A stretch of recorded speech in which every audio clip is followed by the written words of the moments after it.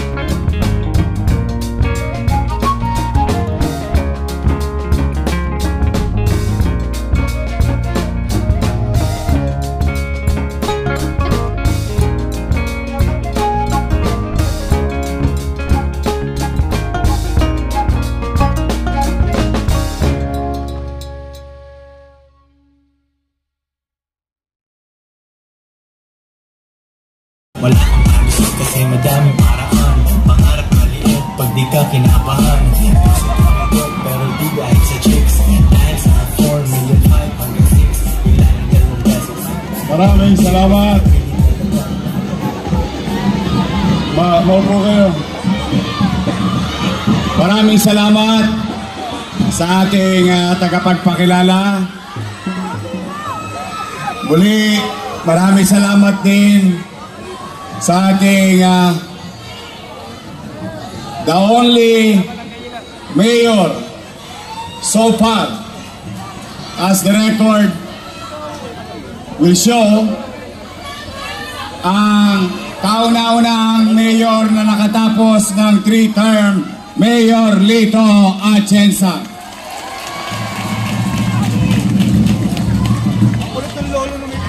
Sa atin namang ibang bisita kanina, yung representante ni Senador Bongo, maraming salamat.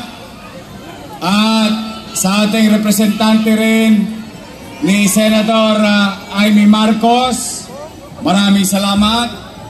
At naipit lang po, I think he's in Iloilo, pero binabati po kayo lahat ng magiting na Congressman Rodante Marcoleta. At sa inyong lahat dito, maraming salamat. At salamat sa Diyos, hindi umulan. Kanina umaambon na. Sabi ko, pagka umulan, uwi na.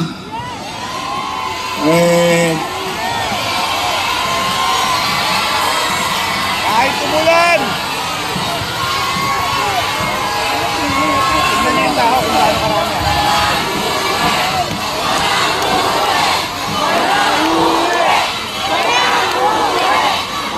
Siyempre, nag-aalala ako kasi yung mga minamahal kong lolo't lola. Yung mga senior citizens, shoutout naman dyan, mga lolo't lola ko. Yan ang pinaka-spoiled sa akin. Ayoko kayong magkasakit. Bakit? Pag kayo nagkasakit, mapupunta kayo sa ospital. Pagdating sa ospital, nga. Di ba nakakalungkot? Kaya naman siyempre, inaalala ko rin ang kalagayan ninyo. Mano pa, mukhang hindi pa kayo kumain. Taas ang kamay ng hindi pa kumakain. Talagang ganyan ang buhay. Lilipas din yan. Maraming salamat. Kahit na kayo nagugutom, malamang pag-uwi ninyo sa kanya-kanya nyong bahay, maraming titila po na kaldero, walang nagsaing. Kasi nandito lahat sa Moriones.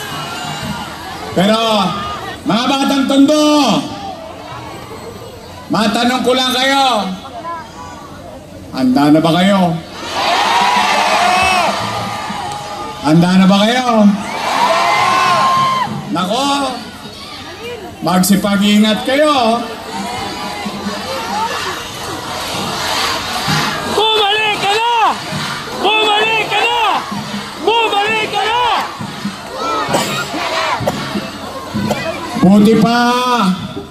Buti pa ang mamamayan ng Maynila ang sinisigaw, bumalik ka na. Yung isa, pag ka na bumalik!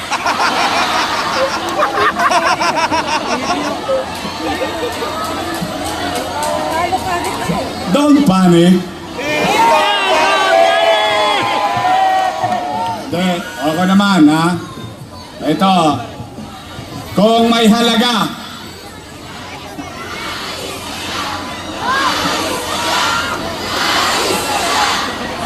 Alis na siya! Ang kagulat ng ating katundo. Sabi yung, alis na siya! oo nga. Biri nyo, simpleng bumbilya lang ng Moriones, hindi pa mapalitan eh. Yun.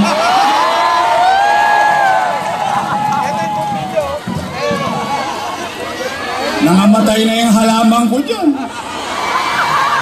At tayo real talk tayo, real talk.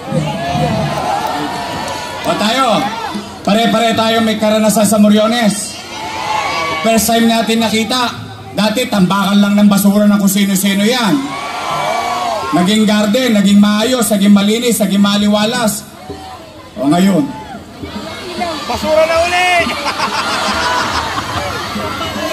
Hindi, ako naman hindi naman siguro kamahalan yung bumbilya, no? Pagka talagang ang gobyerno walang malasakit, wala talaga. Mano pa, kapag ang leader Walang kwenta. hindi umiikot, hindi niya nakikita yung tunay na sitwasyon at kalalagayan ng kanyang pamayanan at ng kanyang mamamayan.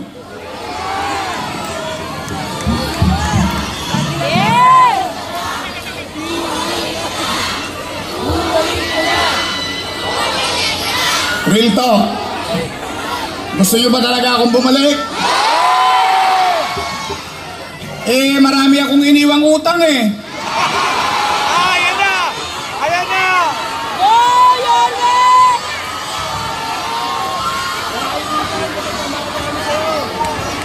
Di ba sabi nila,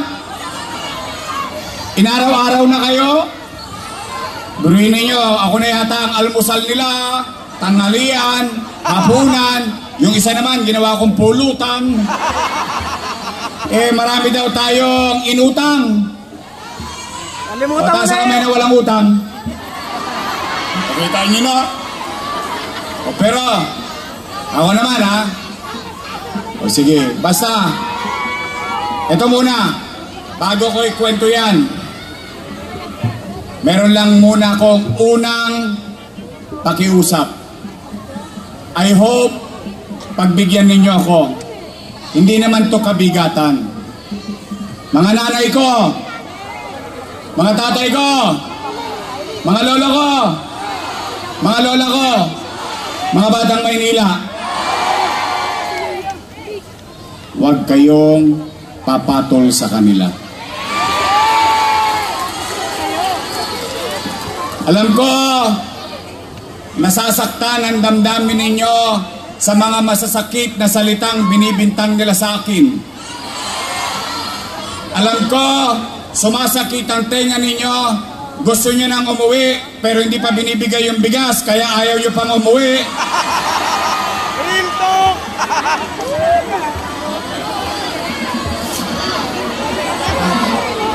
Pero, kahit masakit sa tenga, tiniis nyo na lang. Sayang din naman, masasaing din yun. Alam ko, nakarinig na kayo. I think, lahat na yata na pinakamasamang salita, idiniscovery sa akin. Ang ikinalulungkot ko naman, ang kinalulungkot ko, lahat daw ng ginawa ko ay mali. Mali daw. Mali daw eh.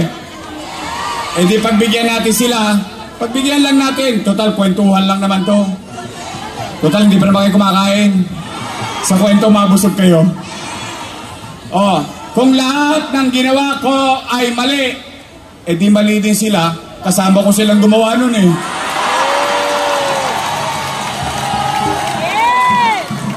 Real talk lang to, my friend. Pwede ka. Di ba? Tama ba? Oh, sige. Magkwento tayo na may kwenta. Kasi sila walang may kwento kasi walang kwenta. Kita nyo, marunong ako magbara. O di, tingnan natin. O, sige lang, simple lang natin. Kasi kahit papaano, medyo marami-rami na to. Marami-rami na akong testigo. Bakit? Kayo, mga naparito, hanggang doon sa Kodli, hanggang doon sa Morsak, dito sa Wakali, mga batang Kisada, kayo naparito, at least, kayo, testigong buhay, at matangos ang ilong natin na may pagmamalaki sa mga kapit syudad natin. Noong panahon ng pandemya, walang nagutom sa lungsod ng Maynila.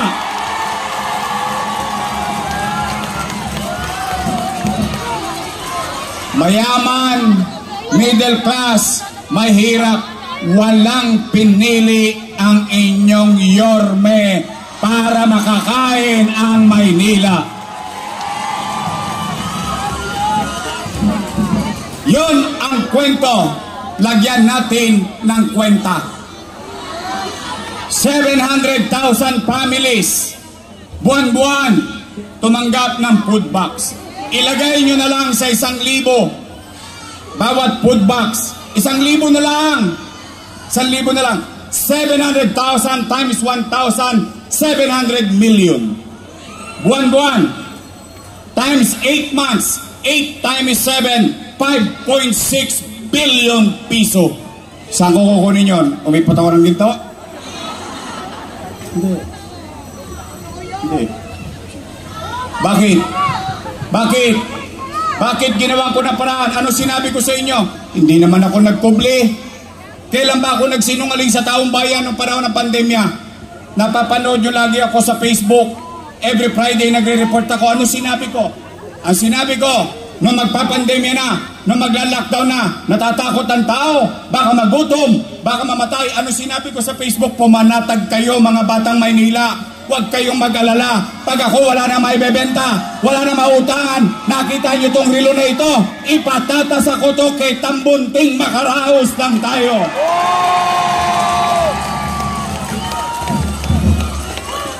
Yun ang sinabi ko. Bakit? Taas ang kamay ng ama dito. Taas ang kamay ng ina dito. Taas ang kamay ng magulang dito. Real talk. Pag walang makain ng anak nyo, gagawan nyo ng paraan? Di nga. Iraraos nyo? Itatawid nyo? Yun din ang ginawa ko bilang ama ng 2 milyong Manileño noong panahon ng pandemya.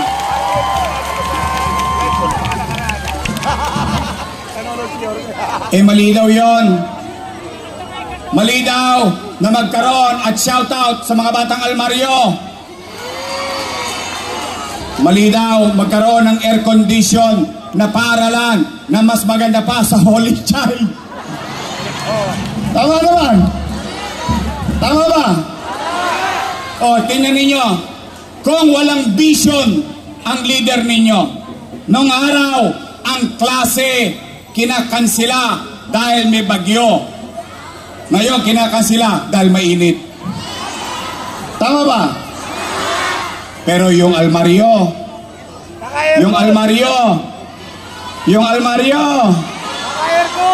bigyan ng jacket yan. Mano pa? Yun ay simula. Mano pa? Kung ang magat salamat, ang Quezon, ang Tondohay, ang Isabelo, ang Perfecto.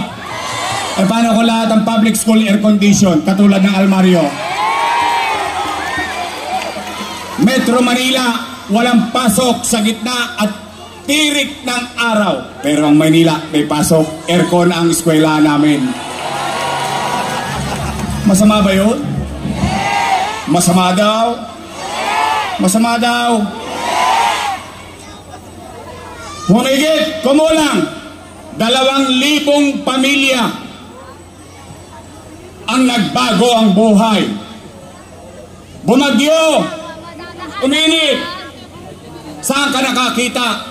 Squatter lang dati, ngayon naka-elevator pa. Masama daw yun. Wala raw return of investment. Kailan pa naging negosyo ang gobyerno? Ang gobyerno ay gumagastos ng pera ng taong bayan para sa serbisyong ipagkakaloob sa taong bayan. Tingnan nyo. Matatanda na ang iba sa inyo dito. Hindi naman sa pagano. Yung iba dito, konti na lang ang birthday. Real talk lang, real talk. O tingnan po ninyo. Nagkabagyo. Uminit ang araw. Yung mga pamilyang natira sa Condominium 1, Condominium 2. For the first time in history ng Maynila, nagkaroon ng condominium na pinagawa ng pamahalaang lungsod ng Maynila. Mano pa? Kung magtuloy-tuloy yun, edi lahat tayo naka-condominium na. Sana all. What I'm saying is that ano't ano man ang aking ginawa, hinaharap ko yan sa taong bayan. Bakit? Hindi naman ako nahiya. Bakit? Pinakinabangan ng taong bayan. May nagutom ba sa Maynila? Wala. May gamot ba noong pandemya sa Maynila? Marami. Mayroon bang bakuna sa Maynila? Meron. Nakaraos tayo. Nakatawid tayo. Tulad ng gusto ng isang ina, ng isang ama, o ng isang magulang, mairaos niya ang kanyang mga anak. Yun ang pagtingin ko bilang alkalde ng lungsod ng Maynila. Ngayon, kung yun ay mali, hayaan ko na po kayong maghusga. Ngayon, kung naniniwala naman kayong tama ang ginawa ko, nalulungkot nga ako. Yung mga dati kong kasama nung araw, papuri rito, papuri roon, papuri kahit saan, palakpak dito, palakpak doon. Ngayon ako na pinakamasama sa kanila. ang tanong ko at ang tanong ng mga taga Maynila, ano ang ginawa ninyo sa loob ng 3 taon?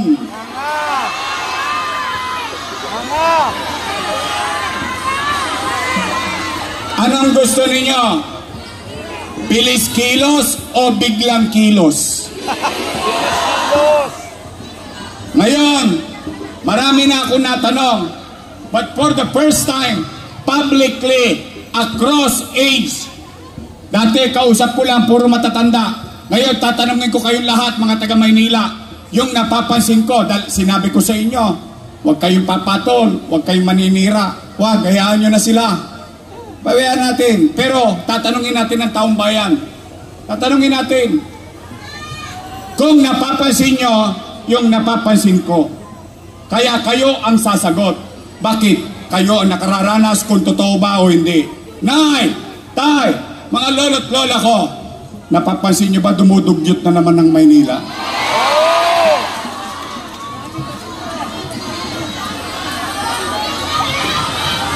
Tingnan nyo yung masinop. Tambak na naman ang basura. Ito masakit. Sinisipa taong bayan. Hindi dumating yung truck nyo. Yung truck nyo hindi kasya sa iskinita Nahirapan ng tao. Pinalitan ninyo. Sakripisyo mamamayan. Nangadugyot. Ngayon, totoo bang dugyot na naman ang lungsod ng Maynila? Gusto nyo bang luminis ulit ang lungsod ng Maynila? Tulungan nyo kami. Lilinisin ko ulit ang lungsod ng Maynila. Pangalawa, napapansin nyo ba? Kaliwat kanan na naman ang mga tulongges sa lungsod ng Maynila. Araw-araw na naman tayo sa lahat ng news outlet. Gabi-gabi, hold up dito, hold up doon, is not dito, is not doon. Bukas kotse dito, akyat truck doon sa Arten. Ano na nangyari sa atin? Nung panahon ko, nagsialisan lahat yan, yung mga tulongges. Nangatakot lahat yan. Bakit? Dahil nung panahon natin, may gobyerno sa umaga, sa tanghali, sa hapon, sa gabi, hanggang madaling araw may gobyerno sa lungsod ng Maynila. Ngayon, ano pakiramdam ng mga nanay? Ano pakiramdam ng mga tatay? Nangangamba. Kung yung anak nila galing sa eskwela, galing sa trabaho, pag-uwi, kung buhay pa. O baka naagaw na naman yung cellphone. O baka na hold up. Nay! Tay! May awa ang Diyos. Sa tulong ninyo, nakabalik tayo. Ibabalik ko sa inyo ang kapanatagan ng pamumuhay sa lungsod ng Maynila. We will fix the city with its aayusin natin, didisiplinahin natin, kakalawitin ko ang lahat ng tulongges sa lungsod ng Maynila nang makapamuhay na naman tayo ng payapa at panatag. Ibabalik ko sa inyo ang pakiramdam ninyo na habang natutulog kayo sa peligro de ora, nasa isipan ninyo, alam ninyo, mahimbing ang tulog nyo dahil iniisip nyo, si Yorme, alauna na madaling araw, nasa kalsada pa. We will bring back order in the city. We will put it in right perspective. We will be competitive again. Nung umalis ako, nung sinimulan ko ang Maynila, we are number 16. Nung umalis ako, number 3 na tayo. Ngayon, number 16 ulit. Kaya, pasensya na kayo. nagkamali ako. Nagkamali ako sa inyo. Patawarin niyo ako. Ang akala ko, hindi ko alam kung akala niyo rin. Akala ko itutuloy na lang niya yung ginawa natin eh. Binago-bago pa. Ngayon, total, tayong lahat at hindi raw tayo nakatulong sa kanya. Sa interview niya, hindi raw tayo nakatulong. Total, tayo naglagay sa kanya. Samahan ninyo ko, alisin natin sila lahat sa City Hall.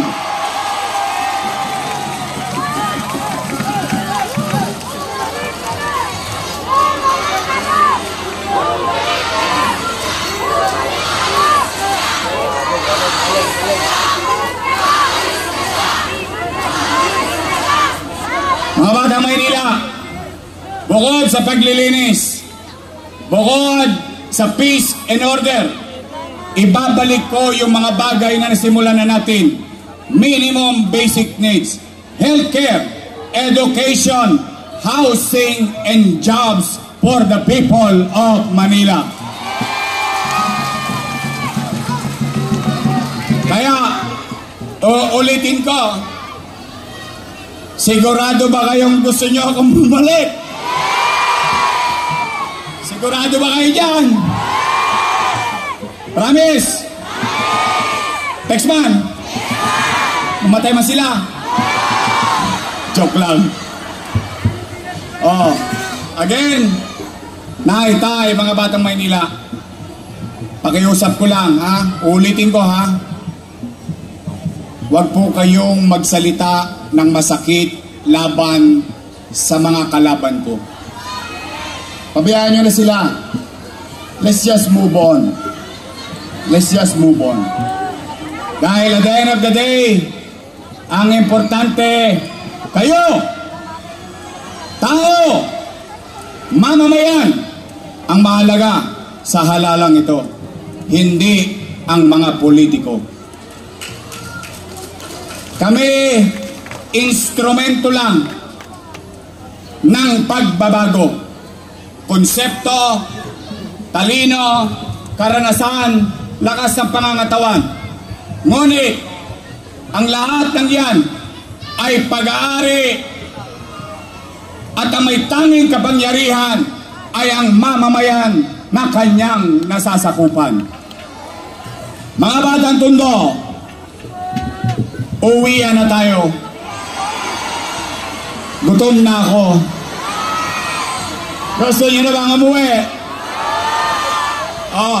Bago tayo umuwi, maraming salamat sa pagpunta ninyo dito sa Plaza Moriones. And let me take this opportunity. O, kita ninyo, marunong na ako mag-English ngayon. Charot. Naipakilala sa inyo ngayong gabi sa proclamation rally natin na may proklama natin ang ating mga kandidato. Nasa kanan ko si Sharon Cuneta, ang mabait nating Doktora Irma Alfonso,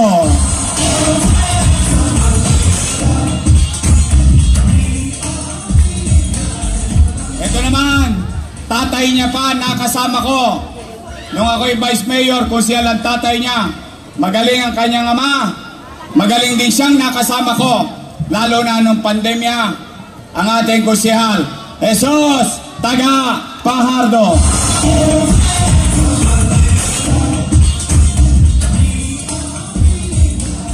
Unang takbo pa lang niyang chairman, kasama niya na ako. Naniniwala ako sa kanya noon, naniniwala ako sa kanya ngayon, at patuloy ako maniniwala sa kanya. Bobby Hernandez.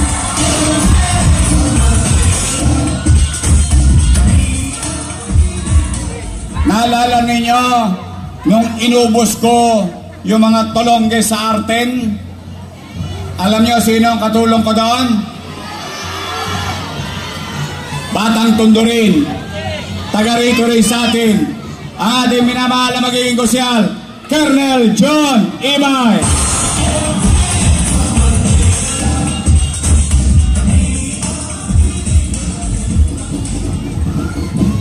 Shout out sa mga kasing edad ko. Yung mga batang tasikwent yan. Naalala nyo ng bata tayo?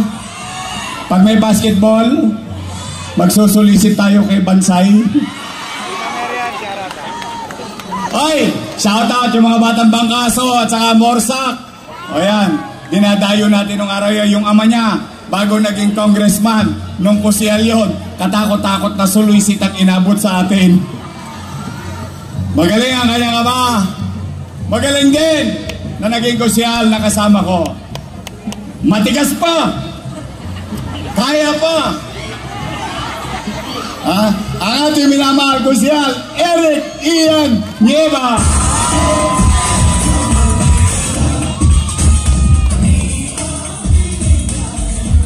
Noong dumating si Christine Reyes kanina, napansin ko yung mukha ni Ian. Parang tumigas.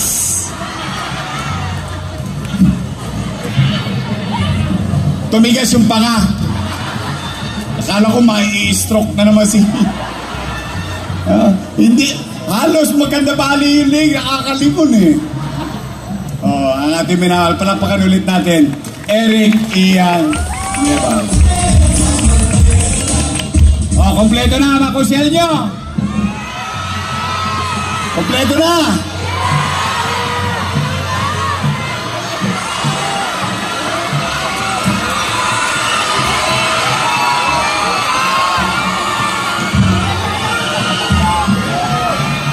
Pinabili lang ng suka ng nanay niya yan eh.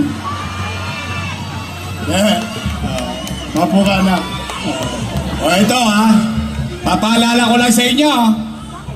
Noong 98, 1998, binoto ninyo akong kusihal. 23 anyos din ako noon. Thank you sa 2,000 yan ha. Salamat. Ngayon, tasikwent na ako. Pero salamat sa inyo.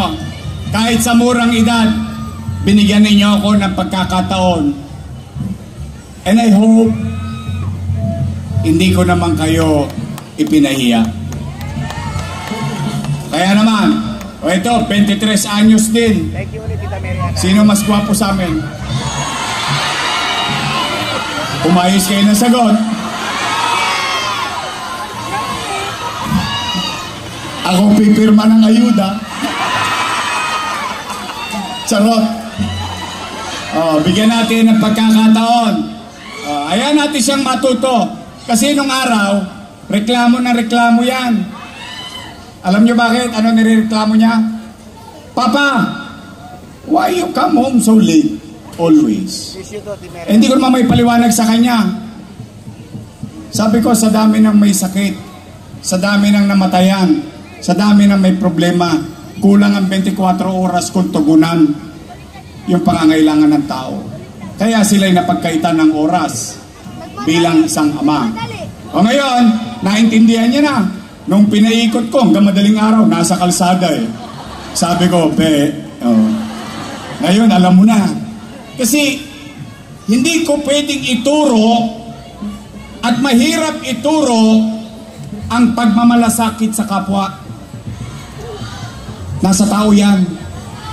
Wala yan sa paaralan. Sa paaralan ang tinuturo, ABCD. 1 plus 1 equals 2. Pero yung pagkatao mo, ikaw yan. At tanging matututunan yan kapag nakikita mo ang tunay na realidad ng iyong pamayanan. Iyon ang sinabi ko sa kanya. O ngayon, nagulat siya. Siya umiiyak eh. Mas iyakin sa akin to eh. Nakikita niya pag may sakit, magkukwento, Papa, ganito, Papa, ganyan. Now, you know.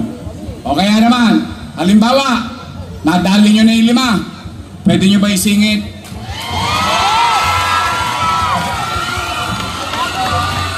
Isingit nyo na yung anak ng misis ko. Joaquin Dumagoso!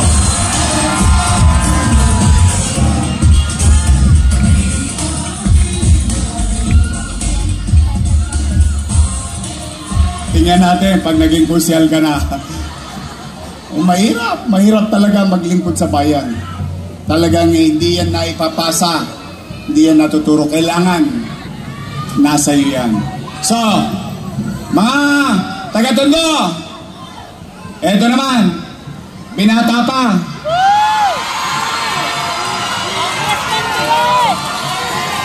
May asim pa. Taas nga ang kamay ng dalaga rito. Parang mukhang puro dala na kayo.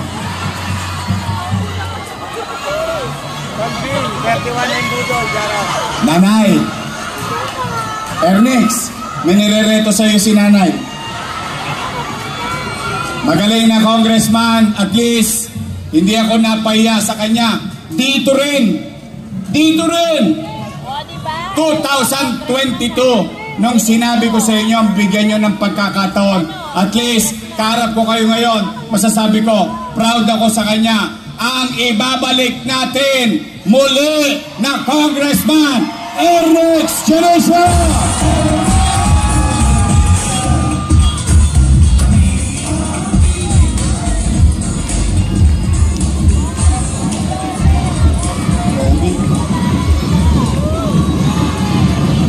Pogi, ano?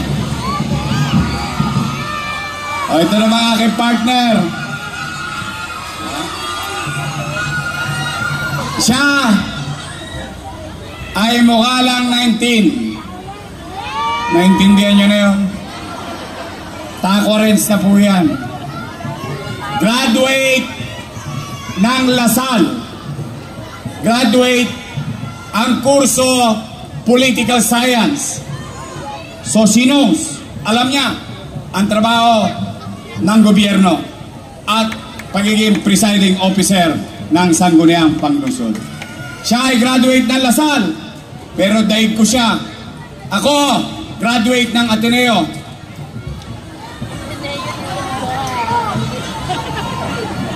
Parang ayaw niyo maniwala. Palibasa, marami akong kaklase rito, no? Ako ay Ateneo. Ateneo de Tondo. Tondo High School. Oh, graduate ng Lasal, Political Science, aral sa kanyang ama, dating Vice Mayor and Presiding Officer. Gawin natin, ilagay natin ang maasahan nating Vice Mayor, Che Atienza.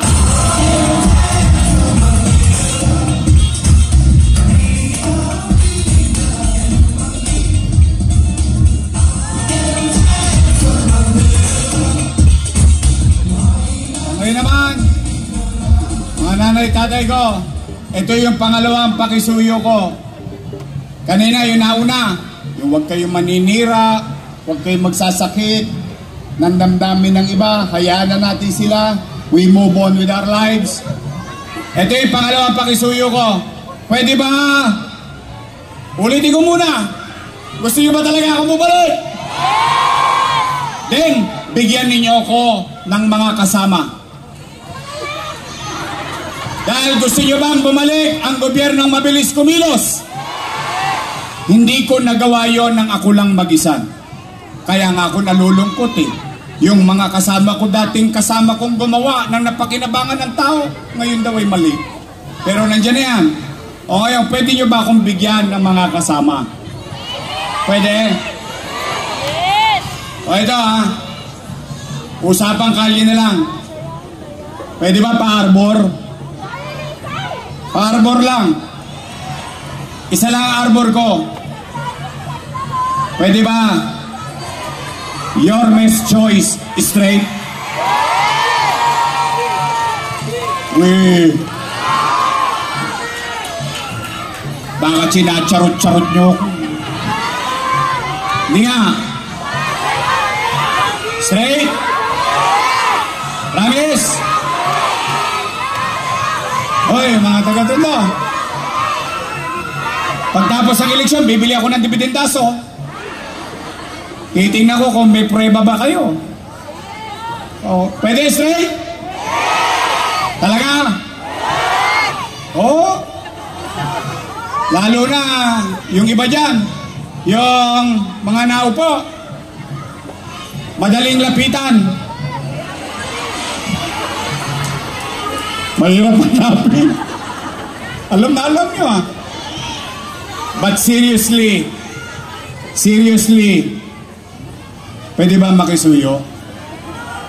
Bigyan ninyo ako ng mga kasamang makakatrabaho ko dahil gusto kong ibangon muli ang lungsod ng Maynila. And I can only do that with them. So pwede, your Miss Choice, straight! Taas ako ba yung gusto straight? Talaga? Aasa ako. Ang sukli ko sa inyo, pag kayo'y nagtotoo, maglilingkod ako ng maayos. Gagawin ko ulit yung ginawa ko na dati. Uulitin lang natin. So muli, kain na. Uwi na. Asa ko ha. Maraming salamat sa inyo. Pero ito ang sorpresa natin ngayong gabi. Dumating na! Dumating na! Dumating na si Senador Amy